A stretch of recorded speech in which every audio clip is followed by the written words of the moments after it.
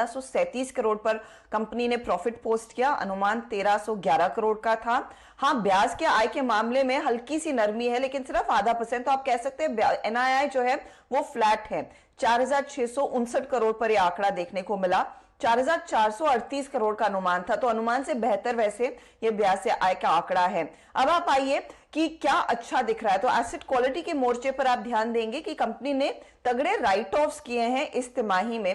तकरीबन 1530 करोड़ का right of है, जो काफी ऊंचा है। वैसे देखें, ग्रॉस एनपीए में सुधार देखने को मिला है, जो लगभग 3% के आसपास स्कर्ट कर रहा था, वो 1.79% यानी कि 2% के नीचे आया है। नेट एनपीए भी 1% के नीचे का आंकड़ा आया है। न्यू लोन बुक जो है वो करीब 55 लाख पर आई है, लेकिन ये इंडिकेट कर रहा है कि साल दर साल करीब 8% की गिरावट है और करीब करीब 9% की गिरावट क्वार्टर ऑन क्वार्टर बेसिस पर। लेकिन अगर आप एसेट्स अंडर मैनेजमेंट देखेंगे तो एक ही प्रेशर पॉइंट मुझे वीरू दिखाई दे रहा है, वो ये है कि कंज्यूमर फाइनेंस बिजनेस में करीब 5% तक का डिक्लाइन दर्ज हुआ है सालाना बेसिस पर। और ये पिछले 10 क्वार्टर से आप देखिए तो धीरे धीरे करके कंज्यूमर फाइनेंस में कमी देखने को मिली है। इस सब के बावजूद मॉर्गन स्टैनली ने दरअसल रिपोर्ट निकाली है, ओवरवेट का कॉल दिया है और टारगेट यकीन मानिए 6000 का दे रहे हैं। बजाज फाइनेंस पे 6000 रुपए का टारगेट है। और यतिन हमारे साथ है ना, यतिन जुड़ चुके हैं। यतिन, एग्जैक्टली हाउस व्यूज क्या है इस पर? देखिए, ओवरऑल बेसिस पे अगर आप देखें तो काफी आप ब्रिटानिया पूछ रहे हैं, राइट?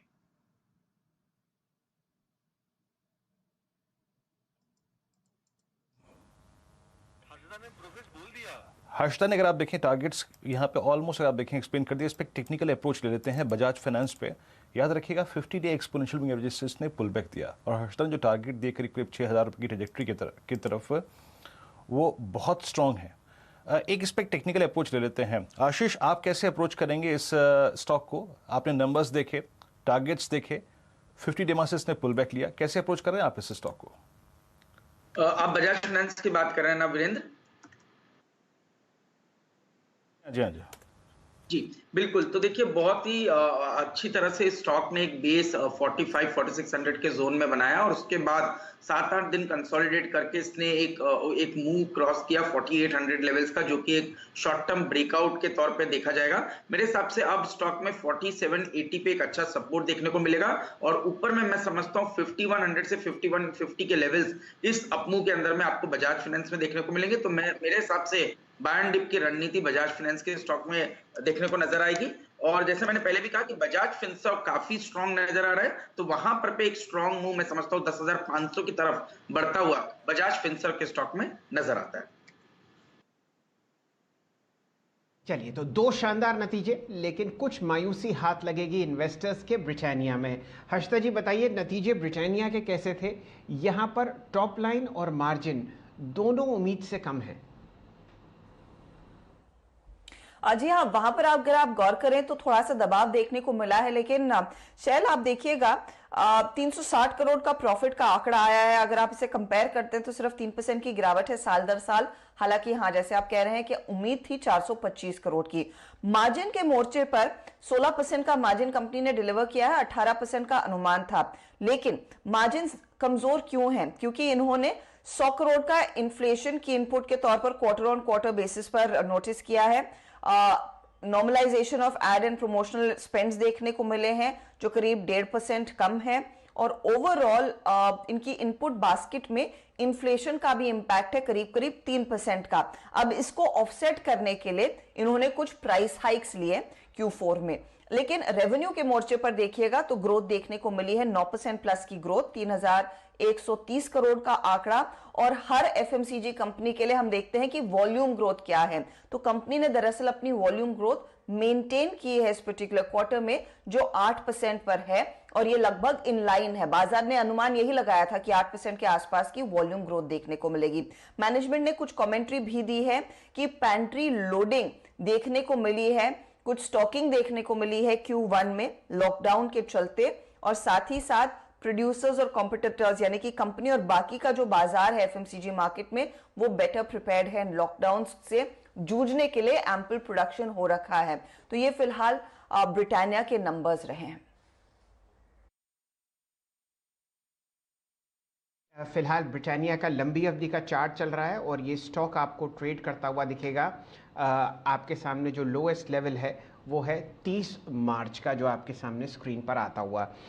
यहाँ पर बताइए यतिन जी, ब्रोकरेजेस की क्या रणनीति है? ब्रिटानिया का स्टॉक आपको बंद होते हुए दिखा कल 3541 पर। तो शैल जी, काफी सारे ब्रोकरेजेस, कम से कम 5 ब्रोकरेज रिपोर्ट जो मैंने पढ़ी हैं, उनमें से काफी सारों ने शेयर को डाउनग्रेड किया हुआ है। पाम तेल और गेहूं, शक्कर के भाव बढ़ने से काफी सारा इम्पैक्ट मार्जिन पे आ सकता है, ऐसा ब्रोकरेज मानते हैं। जेफरीज का एक होल्ड कॉल है, टारगेट इन्होंने 200 रुपए से काट के 3800 रुपए कर दिया है। जेफरीज का मानना यह है कि मार्जिन पे कंपनी ने काफी बड़ी मिस दिखाई है क्वार्टर में, और आगे चलते हुए जो इनपुट प्राइस इन्फ्लेशन है, यानी कि जो महंगाई इनपुट कॉस्ट में देखने को मिल रही है, उससे कंपनी के प्रदर्शन पे इंपैक्ट हो सकता है। सीएलएसए ने भी शेयर को डाउनग्रेड करके अंडर परफॉर्म कर दिया है, लक्ष्य 3800 रुपए। एलारा ने डाउनग्रेड करके सेल कर दिया है, टारगेट है 3385 रुपए। प्रभुदास लीलाधर ने भी टारगेट अपना लगभग 400 रुपए से काट के 3755 रुपए कर दिया है। और मॉर्गन स्टैनली ने भी ब्रिटानिया को डाउनग्रेड करके अब इक्वल वेट रेटिंग कर दी है। आप देखें ये ब्रिटानिया पे, अगर आप देखें आउटलुक्स आए हैं 3800, 3800, 3385, 3755, hold underperform, sell, Elara का सेल है यहाँ पर। खैर अब बात करते हैं बाकी रेस्ट स्टॉक्स इन न्यूज़ पे, और उसकी शुरुआत करते हैं टीवीएस मोटर्स से। हर्षदा, आई मीन वाकई टीवीएस मोटर्स की फिगर्स देख के तो एक बार के लिए मेरे को भी लग रहा है कि वाह, गजब के नंबर्स हैं ये। जी हाँ, इनकी गाड़ी एक्चुअली रफ्तार पकड़ रही है और टॉप गियर में दौड़ रही है। तो टीवीएस मोटर में हमने देखा है कि मुनाफा करीब करीब 290% बढ़ा है। 290 करोड़ का ही के आसपास का ही प्रॉफिट कंपनी ने पोस्ट किया। अनुमान 251 करोड़ का था। रेवेन्यू में करीब 53% का इजाफा, 5322 करोड़ की रेवेन्यू कंपनी ने दिखाई है। इबिटा लेवल पर 119% का इजाफा, 536 करोड़ का यह आंकड़ा आया। और मार्जिन देखिए, अनुमान था 9% के आसपास मार्जिन आएंगे, मार्जिन आए हैं 10% के। और इन नंबर्स पर दरअसल ब्रोकरेजेस ने भी एक थम्स अप दिया है। सीएलएसए कह रहा है कि आउट परफॉर्मर रेटिंग इनकी बरकरार रहेगी। टारगेट इन्होंने 65 रुपए